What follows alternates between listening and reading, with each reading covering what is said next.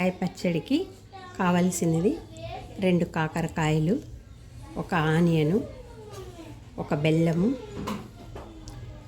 2 నిమ్మకాయలంత చింతపండు, ఉప్పు 3 స్పూన్లు, మిరప్పొడి 3 స్పూన్లు, ఆవాలు 1 స్పూను, మెంతులు 1 స్పూను, పసుపు చిటికెడు, తెల్లవాయలు 2. ఇలా మిక్సీ పట్టి అంతటిని ఫైన్ గ్రైండ్గా చేసుకోవాలి. తర్వాత కడాయి పెట్టి నూనె వేసి ఇందులో ఆవాలు చిటపటలాడుతాయి లేదో చూసుకోవాలి.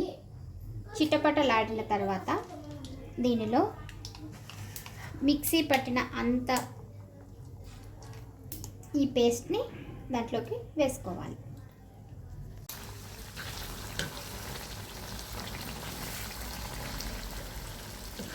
ఈ విధంగా ప్రాపర్ వేలో నూనెంతటిని ఇది కలిసే విధంగా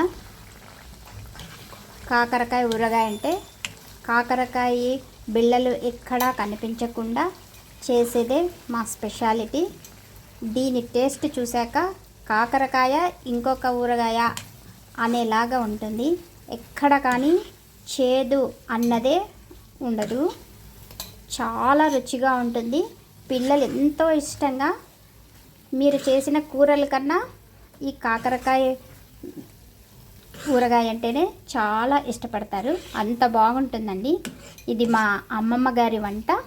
అలాగే మా అమ్మ నేర్చుకుంది, మా అమ్మ నాకు నేర్పించింది. నా కూతురికి నేర్పించే టైముకి నేర్చుకుంటుందో లేదో నాకైతే తెలియదండి. కానీ మీరు నేర్చుకొని ఎలా ఉంటుందో ఒకసారి ట్రై చేసి నాకు కామెంట్ చేయండి ప్లీజ్. ఓకే.